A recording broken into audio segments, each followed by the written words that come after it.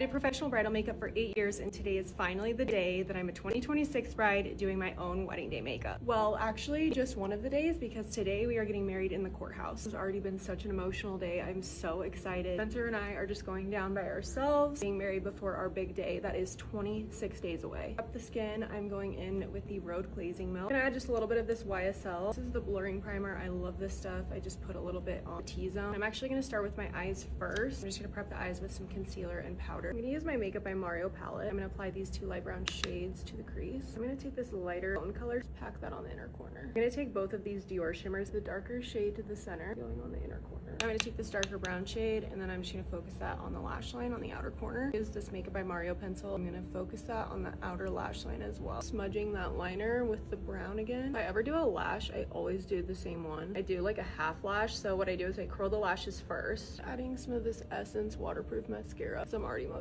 And now I'm just gonna apply these to the outer part of the lash. These are coming off. I'm actually not going to underpaint for this look because I wanna use the Dior bronzing balm as like a contour hybrid, and it's really lightweight. I'm just gonna start with the Il Makiage foundation. I will spread it out on my hand and then use a sponge. I find that this just gives you a really light, natural finish, since this is a little bit more of a full coverage foundation. My ears are going to be showing, so I'm gonna make sure I put some foundation there. I'm just filling in my eyebrows with this NYX pencil. Now I'm just using a little bit of this Gimme Brow from Benefit. For the Dior balm, instead of going directly on my face, I'm gonna put it on my hand first, pick it up with a brush, and then in tapping motions, I'm going to apply the forehead, cheeks, and nose. I actually just realized that I brought my little Morphe pencil. This is their micro contour stick, so I'm gonna contour my nose with this. Actually a new blush shade from Patrick Ta. This is Out of Office. Really beautiful baby pink. It reminded me a lot of like a bridal blush. I'm pulling out my Tarte Shape Tape, and this is really full coverage, so I'm not gonna use a lot. Just a little bit right there and right here. Taking my damp sponge, and I'm just gonna blend it out. Before I set that, I'm gonna take blush brush again, blend around the edges. Easy Bake powder from Huda Beauty. Taking that up on my powder puff, tapping off the excess. I'm setting this side first before I do the other one. I used to do this with clients all the time. Setting the rest of the face with this pressed powder. Now using the powder side, just lightly going to tap product onto the cheeks. The powder is very pigmented. Little bridal tip, the blush is usually the first to fade, so I always use a heavier hand anyway, regardless. I'm going to spray.